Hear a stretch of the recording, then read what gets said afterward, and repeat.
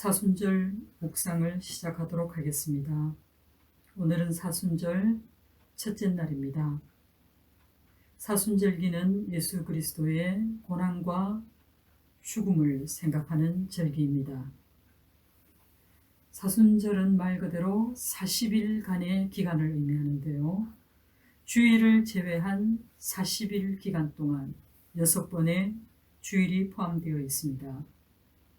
사순절의 시작은 항상 수요일이고 참회로 시작하기 때문에 참회 수요일 혹은 제수요일이라고 불려집니다. 오늘 저희가 함께 묵상할 시편은 시편 51편입니다. 시편의 표제는 다윗의 시 인도자를 따라 부르는 노래, 다윗이 밧세바와 동침한 후 선지자 나단이 그에게 왔을 때라고 기록되어 있는데요. 시편 전체에서 오늘 우리가 읽은 시편 51편과 그리고 시편 38편만이 유일하게 시인이 자기의 죄를 고백하는 시입니다. 시인은 처음부터 끝까지 자기 자신이 하나님 앞에 저지른 그 죄에 대해서 처절하게 통회하며 하나님께 용서를 간절히 갈구하고 있습니다. 시편에는 대표적으로 7편의 참회시가 있습니다. 오늘 우리가 읽은 시편 51편은 참회시 중에서도 가장 널리 알려진 그런 참회시입니다. 이 시편의 특징은 참회하는 자가 어떤 모습으로 하나님께 용서를 구하며 그리고 또 그 용서를 구하는 그 기도의 내용이 얼마나 진솔하게 기록되어 있는지를 우리가 살펴볼 수 있는데요. 그래서인지 이 7편의 시편 중에서도 특히 오늘 우리가 읽은 이 시편은 매년 사순절이 시작되는 제수요일에 주로 먼저 묵상되는 시편입니다. 이는 우리의 죄를 위하여 고난과 죽임을 당한 예수님의 사역을 기념하는 사순절기에 가장 잘 부합되는 말씀이기에 저희도 가장 먼저 시편 51편을 묵상하고자 합니다. 다윗은 이 시를 시작하면서 자기가 하나님 앞에서 참으로 중한 죄를 지은 죄인이며 자기의 죄가 얼마나 중한 죄인지를 처절하게 깨닫고 오직 주님의 인자하심에 의지하여 주님의 은혜를 베풀어 주실 것을 강력히 고소하고 있습니다. 하나님의 인자하심은 너무나 자상하고 따뜻한 마음에서 비롯된 사랑의 감정인 긍휼하심으로부터 흘러나오는 마음이기에 세상의 그 어떤 사람이라도 주의 인자하심을 바라지 않고 살아갈 수 있는 존재는 아무도 없습니다. 나의 죄악이 아무리 크고 심각할지라도 무한하신 하나님의 은혜만이 완전히 나의 죄를 도말하여 주실 수 있고 또 완전히 제거해 주실 수 있기 때문에 다윗은 나의 모든 죄가 완전히 파괴된 것 같이 깨끗하게 지워주실 것을 간구합니다. 이것은 마치 빨기를 반복하여서 옷에 때가 조금도 남지 않고 맑게 씻긴 것처럼 육체의 죄의 영향에서 벗어날 것과 영적으로 완전히 깨끗하게 정화되어 하나님께 나아갈 수 있게 해달라고 간절하게 기도합니다. 다윗은 자신의 지위를 이용하여 자기의 욕망을 채우기 위해 다른 사람들에게도 특히 왕과 민족을 위해 너무나 충직하였던 우리아의 아내를 취하여 동침한 죄를 범하였을 뿐만 아니라 그 사실이 타고날까봐 우리아를 전장 최전선에서 죽게 만드는 심각한 죄를 짓고도 다윗은 주님께만 범죄했다라고 말하고 있습니다. 그가 그렇게 말한 까닭은 자기 죄로 인하여 그들이 받은 상처와 아픔을 몰라서가 아닙니다.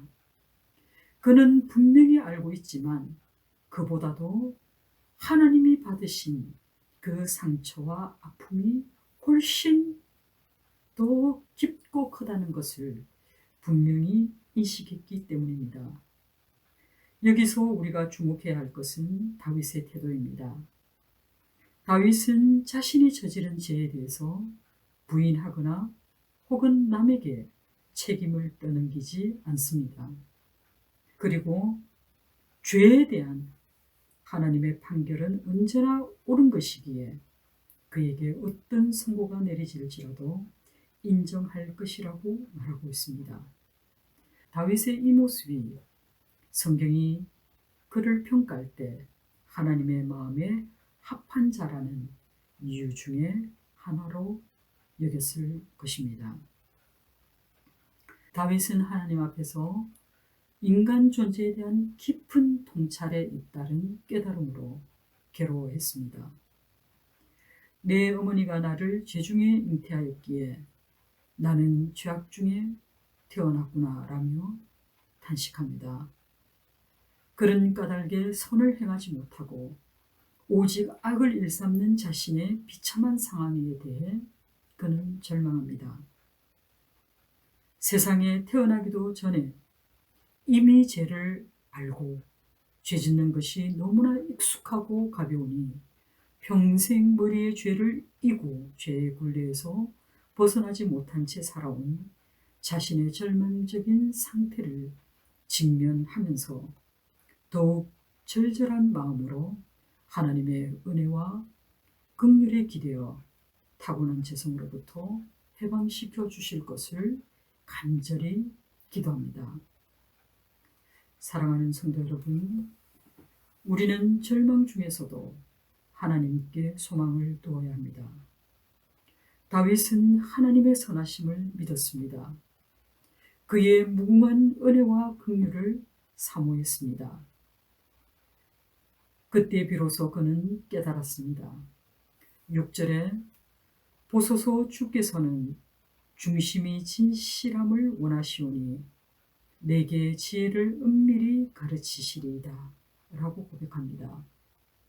죄 가운데 태어난 것과 상관없이 하나님은 나를 어머니 자궁에 착상되는 날부터 의롭게 살아갈 수 있도록 지혜를 가르쳐 주셨음을 깨닫습니다.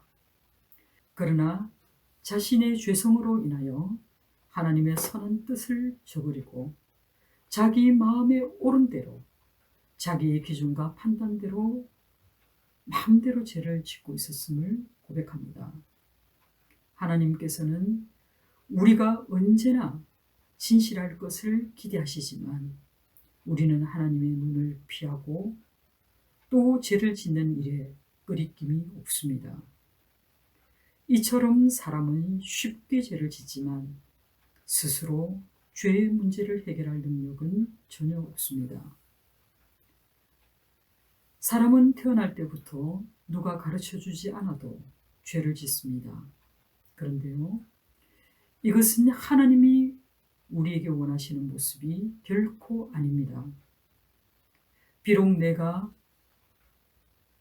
내 어머니가 나를 제중에 잉태하였어도, 비록 내가 제중에서 태어났다 할지라도 하나님은 결코 우리가 죄인으로 살다가 죄로 인해 죽는 것을 원하지 않으십니다.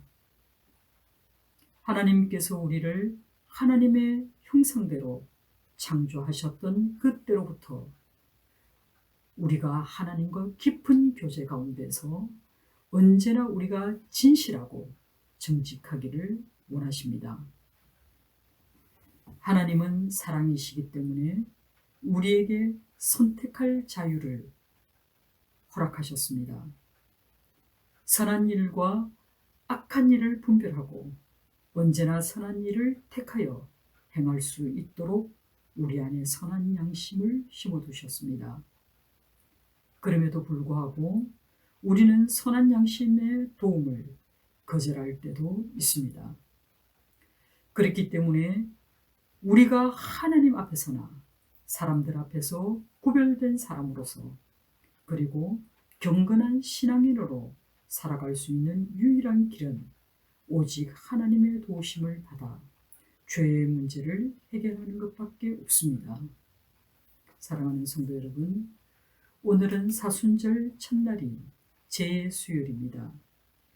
우리 안에 있는 죄의 심각성을 깊이 묵상하시기 바랍니다.